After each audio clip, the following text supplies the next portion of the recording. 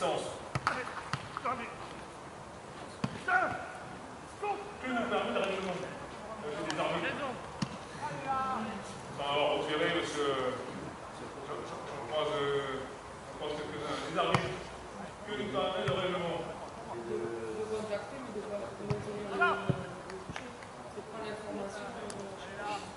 C'est déjà dans toutes les catégories quelque chose qui peut être important pour vérifier la distance.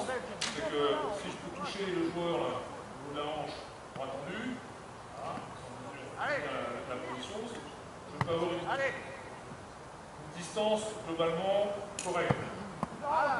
Sur un joueur globalement pétri de activité.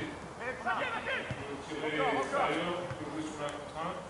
D'accord. Donc ça paraît une distance correcte de pouvoir tenir bras tendu, dit, de pouvoir à peu près cette distance-là.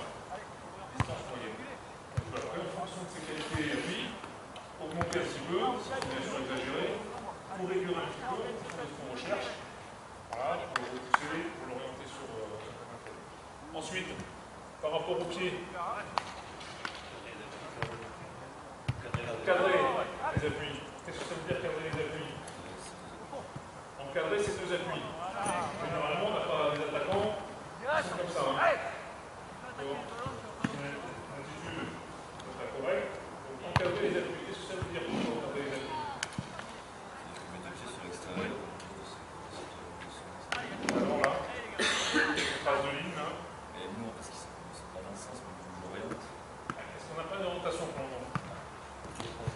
Voilà. Là, quand on est face au cercle, il y a vraiment besoin d'orienter plus que ça. Voilà. Peut-être un peu de main faible. Il est en mouvement central. Chercher, ça va pousser de l'autre côté. Donc, on est sur une position, on va dire, un peu notre défense. Donc, encadrer les appuis. Si on a deux lignes parallèles à tracer à partir de ces pieds, ça doit encadrer les appuis. D'accord?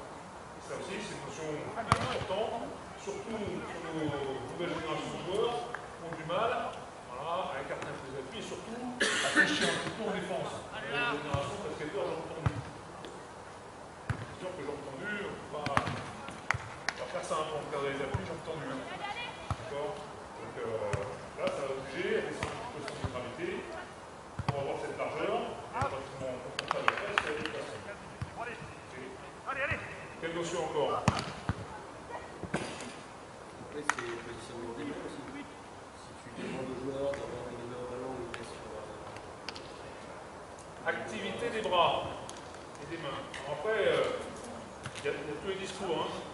Ceux qui chassent toujours une main, qui chassent un peu le dribble, qui chassent la passe. Voilà, on peut voir aussi les deux bras ici sur le côté. Moi, je suis plus sur défense propre. Chercher le dribble, c'est risqué de faire des fautes. C'est une prise de risque. C'est risqué aussi de faire des fautes. Moi, sur la formation ici, c'est pas le porteur de balle qui fait l'interception. C'est nos porteurs, ceux qui défendent les porteurs, qui vont se charger de faire les interceptions. Parce qu'après, on a les joueurs qui sont dans l'excès. On les essaie un petit peu, ils sont toujours en train de chasser. Dans le déséquilibre, quand il sera dans le déséquilibre, l'attaquant, lui, ne sera pas sur la notion d'un contrainte. Donc, moi, je suis en défense propre sur tous les joueurs, essayer de faire le moins de fautes possible, il y a des comportements à avoir. Donc, ici, après avoir vérifié